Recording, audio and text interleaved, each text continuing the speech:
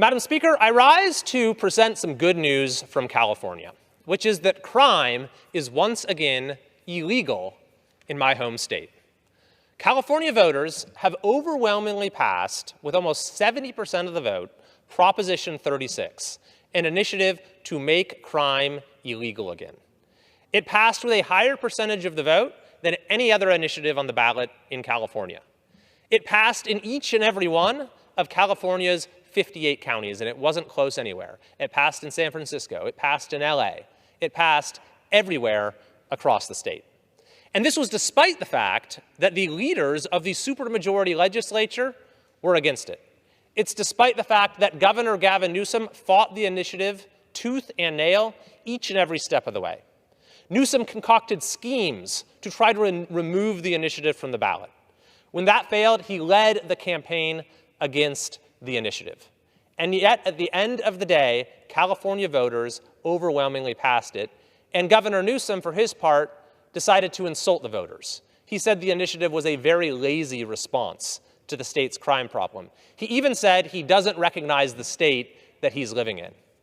And that's probably a good thing, because the state that we've been living in is one where crime has effectively been legalized. If you walk into a store in many parts of California, first of all, on your way into the store, you might have to walk through an open-air drug market or a place where drugs are being openly exchanged and used. You might have to step around needles that are on the ground. This might happen on your way to school or in a park or in many other public places.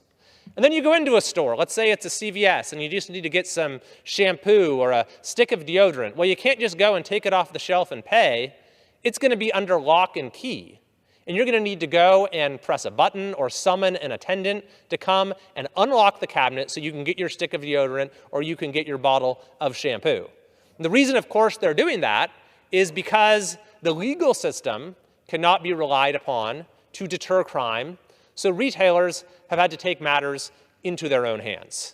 And if there is a theft incident, which does actually dramatically reduce the margins of retailers and is driving many out of business in California, there's nothing they can do about it. They just have to watch the person walk out the door with stolen merchandise. And then usually they won't even bother to report it to the authorities because they know nothing is going to happen because the laws on the books are not strong enough to make a prosecution worth going through in most places. So that's why I say this initiative was designed to make crime illegal again, because currently in the state, there is no consequence for criminal activity, so crime effectively is legal. But Prop 36, which has been overwhelmingly approved by voters, changes that. First of all, what it does is it restores penalties for those who repeatedly steal merchandise from our stores. Number two is that it restores rehabilitation, mandatory treatment for those who are repeatedly arrested for drug use. And number three is it toughens penalties for fentanyl dealers, with fentanyl poisoning and overdoses continuing to result in such tragic losses in every community throughout California.